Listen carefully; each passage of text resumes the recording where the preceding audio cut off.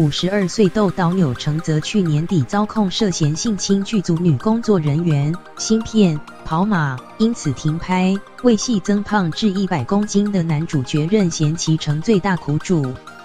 昨天5日，钮承则现身出庭，对于外传他回归续拍电影，他坚决否认，指目前计划是暂停的。不过有媒体报道，其实剧组早已暗中复拍约1周，而因为风波让幕后团队几乎跑光，窦导还找上金马奖最佳导演得主好友救火。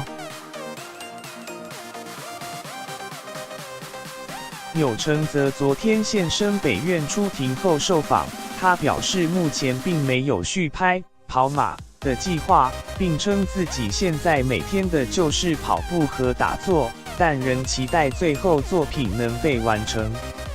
据 Etoday 报道，有知情人士透露，其实跑马已悄悄复拍1星期，只是碍于案情不便太高调。由于钮承则心里有数，被关的几率很高，因此才会急着在被关前拍完。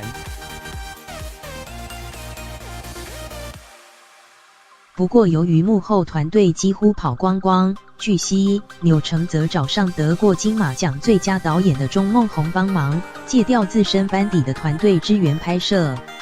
对此，钟孟宏电影公司仅回应不方便透露。察觉对方有性侵意图时，应冷静设法离开现场，并立即求救。若遭限制行动，勿过度刺激对方，千万不要抵死反抗。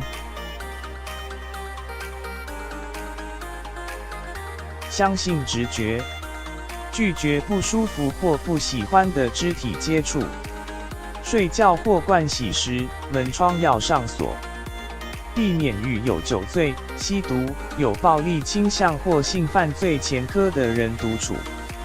当对方出现你认为不妥的言行时，应立刻离开或制止。